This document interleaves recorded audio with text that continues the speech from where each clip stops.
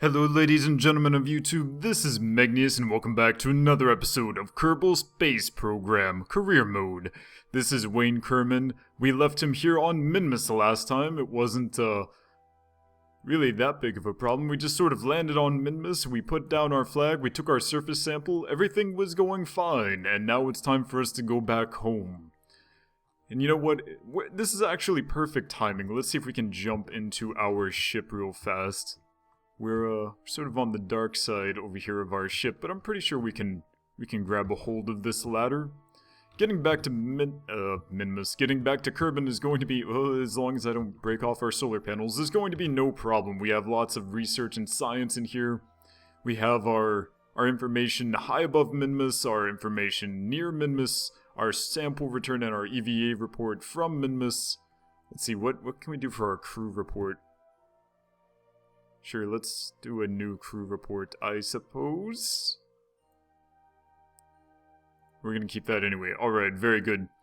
So we want to go back to Kerbin, and as you know, this is pretty much a pretty easy thing to do. We're just gonna get into orbit, and then we're gonna basically go retrograde as opposed to the orbit of Megneous, and then we're gonna land back on Kerbin.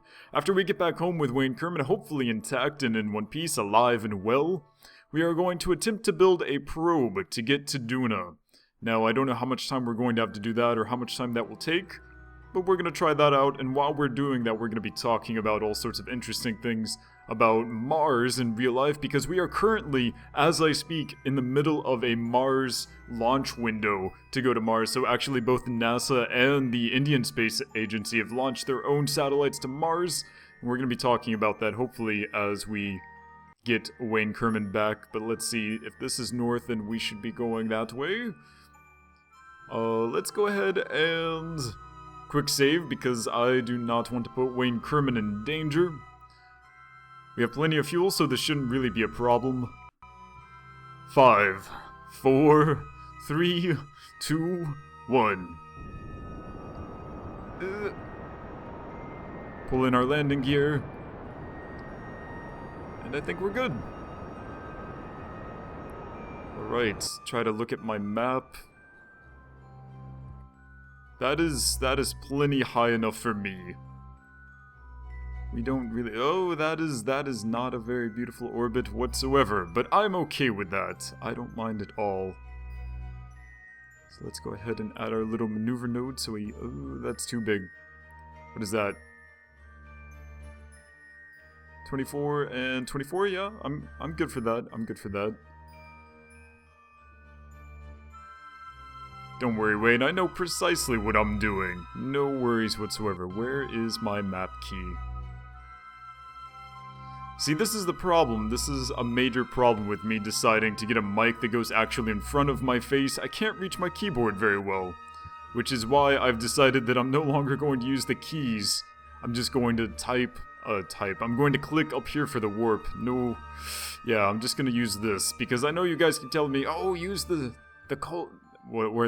colon and the period keys, but I can't reach them very easily with this giant snowball mic in front of my face.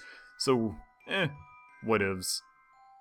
Let's see, T-minus 6 minutes. I do not want to wait for that at all. Only 73 meters per second. You know, I was looking up at the trajectory stuff about going to Duna, since we're going to be needing to do that soon, and I actually looked up the current alignment of the Earth and Mars, since this is supposedly a launch window, and I found out that the launch window, the how to describe it, the phase angle, how about we say the angle between Kerbin and Duna, is pretty different from the one between Earth and Mars right now. So clearly, although the Kerbin system is based on our solar system, it's not exactly the same. Things are still different. And phase angles, I believe that the phase angle between Kerbin and Duna is supposed to be somewhere around like 46 degrees? Something like that, 46 degrees or so. Only 6-second burn, eh? Whereas for Mars and Earth, it almost looks sort of like maybe 80 degrees, so I'm not really sure what to think about that. Of course, I've never attempted to send a real rocket to Mars rather than to Duna, so I don't really I don't know. I don't know how to do that in real life, or how different it is, or things are... Oh. Did we mess this up? No, it looks like we're fine. Alright. It's, that is probably one of the most disgusting orbits I've ever seen, but alright. Let's see, how to get back to Kerbin, We want to go this way. This is probably going to be over here somewhere.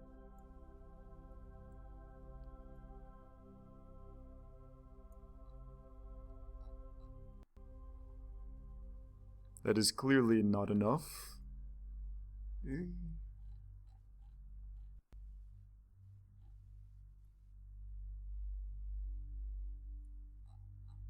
Will that be enough? No, clearly not, clearly not. Ooh, okay.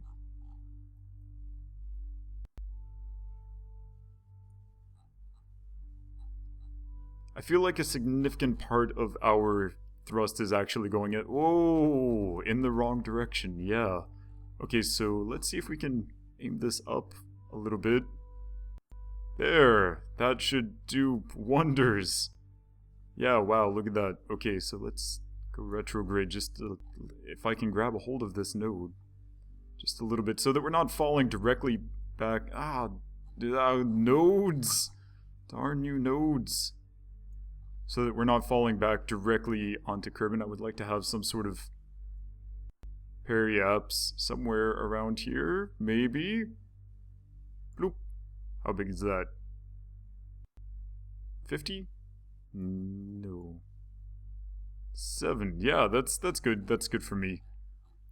Okay, so that is about a 13-second burn. We will definitely have enough fuel for that.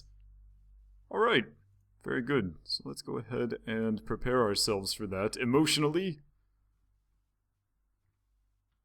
But yeah, so very recently, not only NASA, but also India have launched their satellites to Mars.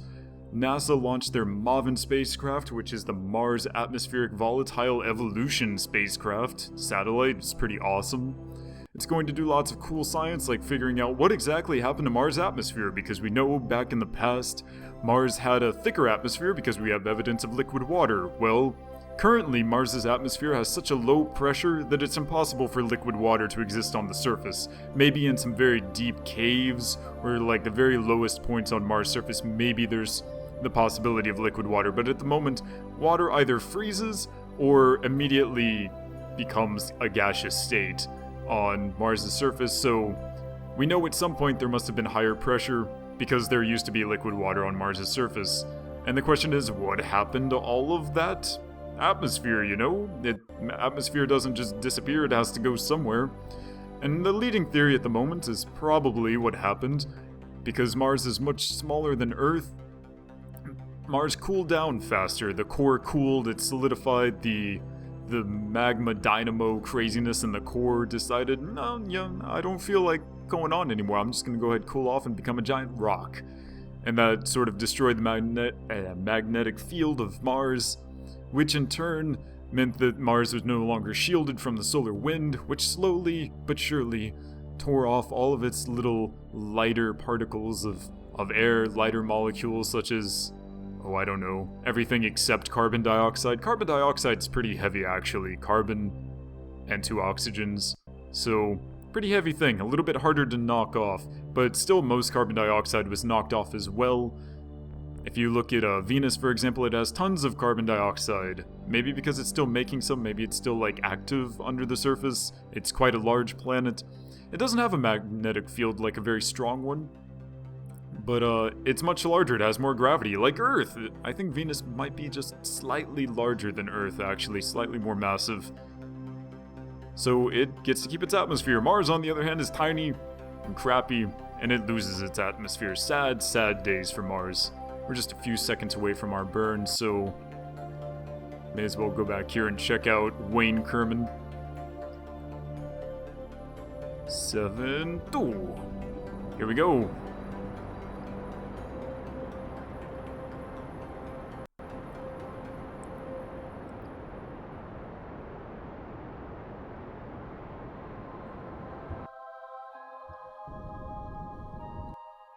Okay, I'm pretty sure that was awesome. Let's see how well it worked. I need to get... I wish maneuver nodes, instead of being placed here, when you, like, select them, they had, like, a little thing up here in the top right so that you could control them from, you know, anywhere. That would be amazing. Like, give us a circle so that we can, like, move it around. It could be accurate. It would be great.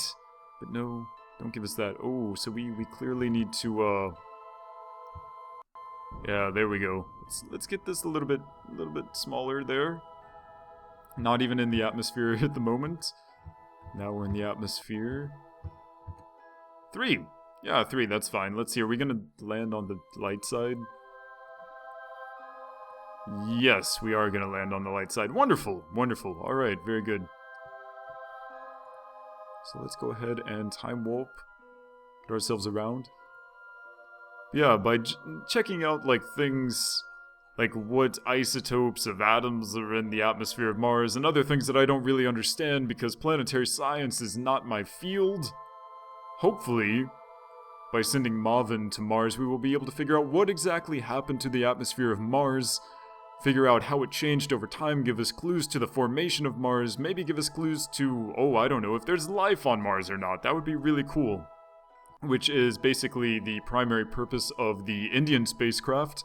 The Indian spacecraft, I forgot its name because it's, you know, not really English. Yeah, sorry. I forgot its name, but it's the first time that India is going to be attempting to send something to Mars. I don't think they've succeeded in sending anything else to Mars before. So this will be their first try. There was a little hiccup in being in Earth orbit. Essentially, they got into Earth orbit, and one of their burns to try to increase... Ooh, let's not... It doesn't look like we're gonna smack into the moon. Do we have it? Yeah, we have a very, very different inclination. I think we're good. I think we're good. But one of their burns to increase their AP... Oh, look, PE and AP, just like in Kerbal Space Program. Oh! They wanted to go into a very elliptical orbit while they wait for their injection burn to Mars. One of their burns only went for like half the time it was supposed to. That was a problem. And they were like, holy crap, we are going to fail on our first attempt to go to Mars and we're going to look like fools on the international stage. Well, luckily, that didn't end up happening. Luckily, they ended up fixing the problem. And it seems that they are just chilling where they should be in... well, not really low Earth orbit. I guess one part of their orbit may be low Earth orbit. The PE is like pretty close, whereas the AP is very far. It's quite elliptical. And now they're just chilling and waiting until their full-time burn out to Mars. It's going to take a while, but the primary purpose of that satellite, the Indian satellite, which is only about 125 million, 150 million, I think it was quite cheap for a satellite, because, I mean, it was made in India, first of all, but also India just generally is like, yo, I bet we can do this on the cheap, and they did their best, and sure enough, it's pretty darn cheap. Gotta give them credit for that. But the primary purpose of that satellite is to look for methane in the atmosphere of Mars, because methane is generally something that we here on Earth associate with life. The methane in the Earth's atmosphere is almost entirely due to life processes on Earth from bacteria and, cows. Yeah, basically methane is like, yo, there are things farting on your planet. Fun times. Goodbye, Kerbal. We didn't like you anyway. But yeah, basically, if you find methane in an atmosphere, it's currently sort of a big clue to either one, there's some sort of geological activity going on the planet that's releasing methane, or there's some sort of life down there, because at least on Earth, methane is a product of life processes. It's a waste product gas. How in the world am I supposed to center my camera so I can see what I am doing? Are we going backwards? Or is my camera upside down? I guess my camera's just upside down. There we go. There is no up or down in space, and as a result, I have no idea what I am doing. Alright, there we go. I'm going to go ahead and turn ourselves backward. We don't have a heat shield, we don't have deadly re-entry on or anything like that, but I still like to be facing backward when all of this stuff goes down, you know what I mean? Woot. But yeah, so hopefully both of these satellites are going to take quite a while to get to Mars actually. Since you guys probably play Kerbal Space Program, you're aware that some trajectories, some orbits take a very short time to get to other planets if you do them at a time when you need to use more energy, but you end up going faster and you get there sooner, or you can do something like launch from the periapsis and use the least amount of fuel possible to get there, but it takes quite a while to go through quite a long orbit. Well, generally satellites, you don't need to feed them and you don't need to give them oxygen, so you don't need to worry about how long it takes them to get places. They generally stay working many years after we don't need them anymore.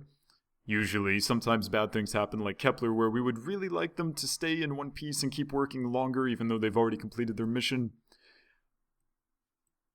We are currently in the atmosphere. I would like things to... yeah. Are we gonna land on land? That would be extreme. Here we go. Entry effects. It'll be okay, Wayne Kerman, I promise. Oh, I forgot to quick save. Well, that's unfortunate. Oh, well. It'll be okay. Right? Maybe? You'll be okay, Wayne. But yeah, so I think both of these satellites will be reaching Mars sometime in, like, the second half of next year? Quite a ways away, but there are all sorts of interesting things happening in space in the next 2 years or so. I mean, Dawn is going to be going to Ceres. We're going to get our first look at Ceres. New Horizons is going to pass by Pluto. It's just a flyby, not an orbit, but, you know, it's pretty alright nonetheless. Our first real look at Pluto. I'm so excited about that as well.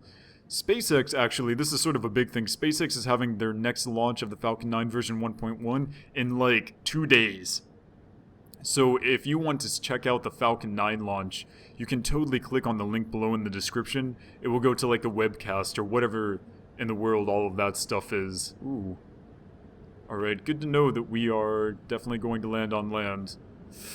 I hope it's flat. I hope it's flat. It'll be okay, Wade. I promise. I will take care of you. Maybe.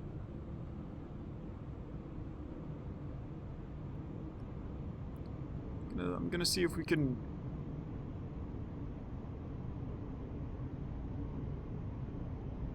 yeah, you know, slow this down so that we can open our parachutes. You know... oh, what was that?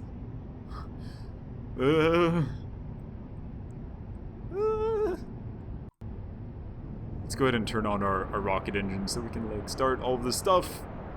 It's gonna open all of these parachutes.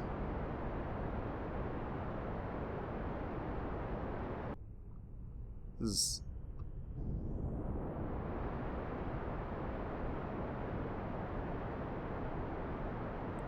I'm gonna get down below 500.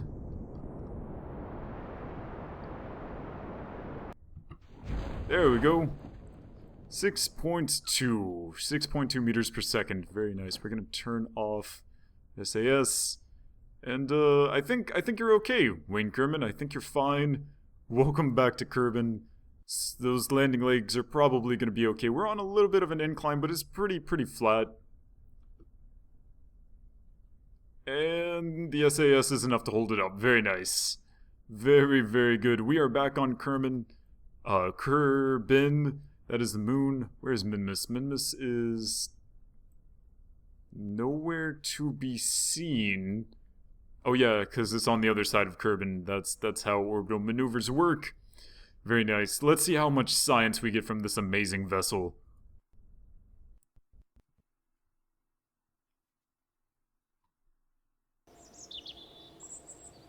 Ooh, 292.8 science earned on this mission. 1,007 total.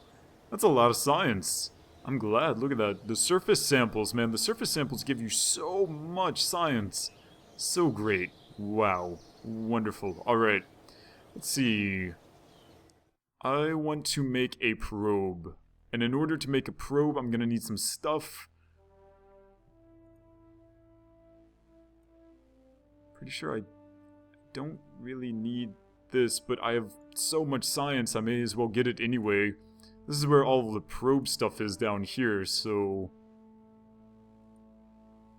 Oh yes, I do want the accelerometer to get more science. What is this? The high gain antenna. Sure. I need an accelerometer. Are there other things I can get? Oh, there we go, the thermometer. I want the thermometer. The micro landing struts. I guess I could use those. Let's see, ladders. I want this first. I want the barometer so I can get more science. Ladders and wheels! Freaking wheels, man. Rovers. We can get that, actually. That's alright. Maybe we can put a rover on Mars. That'd be awesome. On Duna, not on Mars. We are talking about Mars so much in this episode. Yeah, let's go ahead and get those wheels. What in the world is this? What is that? Oh, the GravMax. The Gravioli detector. And more wheels. But we are just going to do this for now to get the accelerometer. Lots of science pieces so we can get all of the science that we need. We're going to be sending some... I guess we're going to send a rover. Maybe. Cool. But unfortunately, that is all the time that we have for today for this episode. I'm going to put... Oh, this is not a sexy pod at all. I guess we can start off with that, structural? Yeah, that doesn't look wonderful at all, but there's the beginning of our rover, I guess. So, if you guys would like to have a Kerbal named after you, don't forget to let me know below in the comments. We will not be naming a Kerbal next episode. We will be naming a rover, I guess, since we'll be sending a rover to Duna. I may also try to send some satellites to the moon off camera just to get some more extra science, just because. But don't worry about that, since you've already seen that, you probably don't want to see it anymore. Thank you so much, everyone, for watching. My name is Megneous, and I can't talk, and I will see you next time.